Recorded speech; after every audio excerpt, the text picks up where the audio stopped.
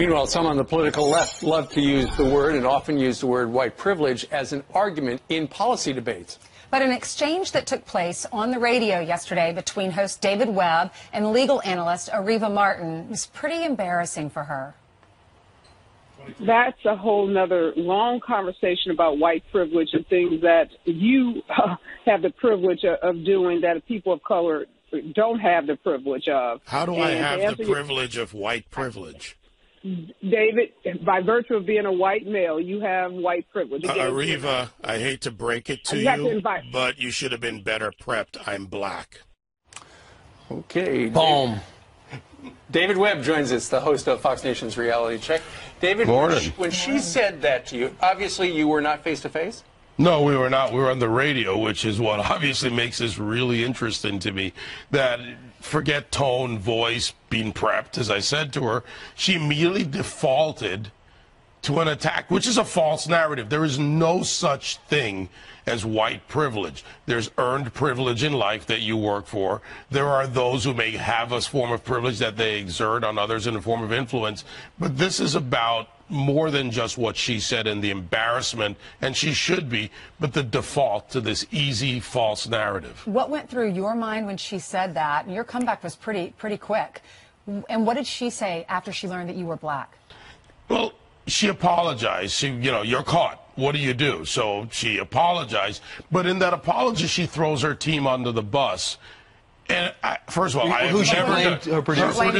have never done that to anyone that's ever worked on any of my shows on radio or television. I would never do that. So frankly, they should consider why they're being thrown away. But I have a question. Who gives you the wrong information that I'm white to come on my radio show? Think about that for a minute. What did she say, her team? What was the bad information? They gave her the wrong information. So what does that mean? Well, that's my question. How do you give someone the wrong information about my skin color? But, I also went into something, and I want people to understand this. There's a serious conversation to be taken from this. As I've said before, our skin is an organ. It doesn't think, it doesn't formulate ideas. Let's look at it that way and go back to the ideas in our head, the ideas in our mind, and the things we need to discuss. So here's the thing. Let's look at the whole issue in particular. You had a set of beliefs that she just assumed made you white because you believed what? Because I was talking about law and process and due process.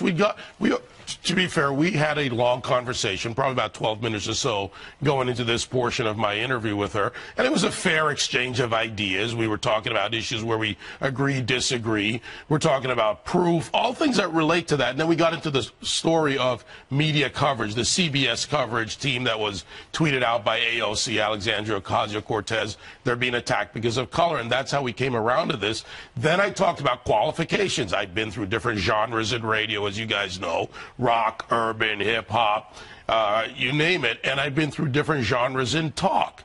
And it was because I did the work, and that's why I made the qualification statement.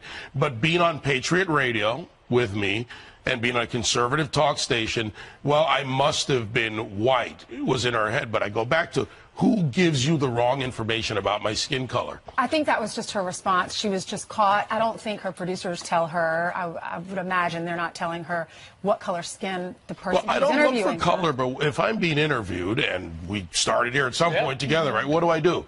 I go and I look and I go, who am I talking to? What do I know about him? Brian does radio. Well, you and I have known each other a long time, before you were even on this couch. Same thing, Steve. So what do? You look up who you're interviewing, a lawyer, an attorney. You don't go for color, but you go for information. Clearly she made a gigantic mistake, and she has apologized. Have you accepted the apology? It wasn't about accepting or not accepting. She got caught. What I hope people take away from it, because I have no reason to diss her, and I did invite her back, by the way. I said at the interview, let's come back and have a longer conversation about white privilege as you see it. So that invitation is out there, and hopefully we can take from this and the media firestorm, that's what happens, and get into that discussion. There's definitely a lesson that we can learn here. We can be better people and not make stereotypes and assumptions based on someone's beliefs or how they vote.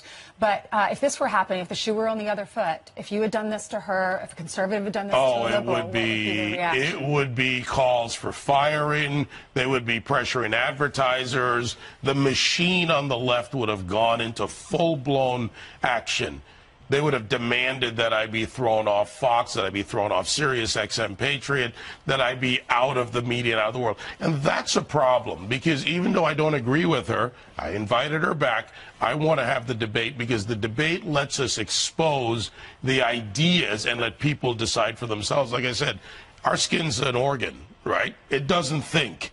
It doesn't formulate ideas. It just says, this is the result of your parentage. We'll watch you more on Fox Nation and listen to you more on the radio. And I always watch you guys in the morning when I'm prepping. So you're part of my prep. All right, good job. Oh, sure, blame us. You did your homework. Thanks, David. Appreciate it. There's Reality Check with David Webb on Fox Nation. Download the app. We've all heard the criticisms of President Trump, which go something like this. No president has come close to defaming and trying to destroy the democratic values of this country. No president has come close. Does he know he's tearing down these institutions? Does he know he's tearing it down? He shatters norms for a living. How much longer can we survive the autocratic tendencies of one man? This is revealing his autocratic tendencies. Donald Trump has no real commitment to democracy. No, the only other team has a commitment to democracy. That's why they're always trying to undermine it and undo the election. Look, if any of that were true, why on earth would President Trump nominate a man like Bill Barr as his attorney general? Now, Barr, no matter what you think, he's a mainstream, safe pick. He's a consummate pro who served in the Reagan administration and later as George H.W. Bush's counsel at the Department of Justice before being promoted to attorney general. Now, full disclosure, he's a friend. Don't hold that against him. But the bottom line is he knows the legal terrain really well, and he even oversaw the Robert Mueller guy that we're focused on once before when Mueller was head of DOJ's criminal division. And if there's any question about Barr's independence, well, that was put to rest at today's hearing. What would be your breaking point? When would you pick up and leave? When is your Jim Mattis moment? When the president has asked you to do something which you think is inconsistent with your oath? I am not going to do anything that I think is wrong, and I will not be bullied into doing anything I think is wrong by anybody, whether it be editorial boards or Congress or the president. I'm going to do what I think is right. Oh, and as for the Democratic drumbeat that Trump only selects people he can control and who essentially agree to, I don't know, some sort of loyalty pledge. President Trump has sought no assurances, promises, or commitments from me of any kind, either express or implied, and I have not given him any, other than that I would run the department with professionalism and integrity. Now, Barr testified that he wants Mueller to complete his probe and has confidence in Mueller's professionalism. But that wasn't enough for some, like Senator Pat Leahy, who tried to get Barr to vow to recuse himself from oversight of the Mueller probe if the staff at the DOJ suggests he do so. So will you commit, if confirmed, to both seeking and following the advice of the department's career ethics officials on whether you must recuse from the special counsel's investigation? I will seek the advice of the career ethics personnel, but under the regulations, I make the decision as the head of the agency as to my own recusal. So I certainly would consult with them, and at the end of the day, I would make a decision in good faith based on the laws and the facts that are evident at that time. I'm sorry, we're all sitting here in the studio. He reminds me so much of Justice Scalia, just his inflection and the way he reacts to questions. I just brought it back. It was odd. Anyway, it's clear that Barr is his own man. And contrary to some of the nasty tweets out there, tweets from the right like this, well, Scott Dennis says, I don't trust Barr. He seems awfully cozy with many of the people surrounding the whole Spygate scandal. All right, I get the concern, but all I can say is this. I've known Barr for 20-plus years. He's a man of deep integrity, and he has a really strong intellect. We need that today at the Department of Justice. And he comes at a very important time in the life of all of these law enforcement agencies. He sees his job in what I think is the correct light. Why do you want this job? Well, because I love the department. I love and all its components, including the FBI. I think they're critical institutions. that are essential to preserving the rule of law, which is the heartbeat of this country. He's doing it because he loves the country. I don't need to do this. 68 years old, to go be on a beach somewhere. He wants to serve the nation. Well, Bill Barr couldn't assume this job of Attorney General fast enough, especially given the revelations of the FBI's war against this president. Remember, it was just last Friday that we learned about another sickening effort by certain bad actors inside the Bureau to target the president. Remember, after Peter Strzok's insurance policy failed to prevent Trump from winning the White House, Comey's FBI cronies pulled another surprise out of its bag of tricks. They launched an unconstitutional and unprecedented counter-intel investigation of the sitting president.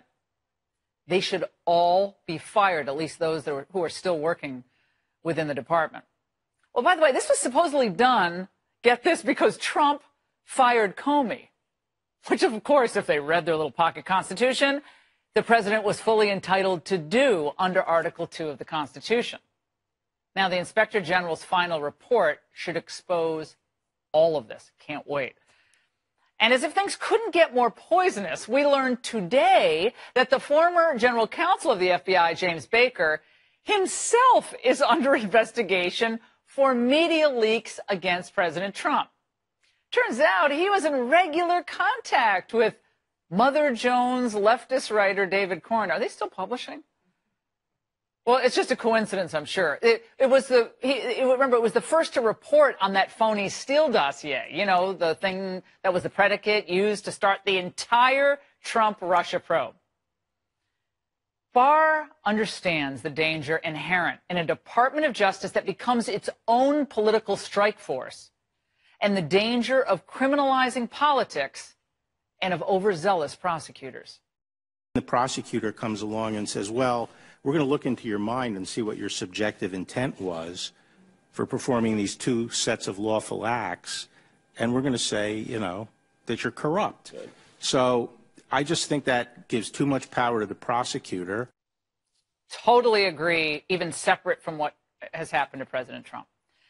If Democrats really cared, as they claim, about the rule of law and restoring the public's faith in the Justice Department, they would welcome with open arms the nomination of Bill Barr.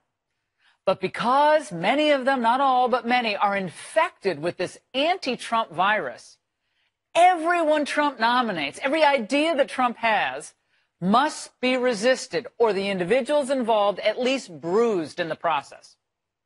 But today, they didn't lay a glove on Bill Barr, and that's the angle.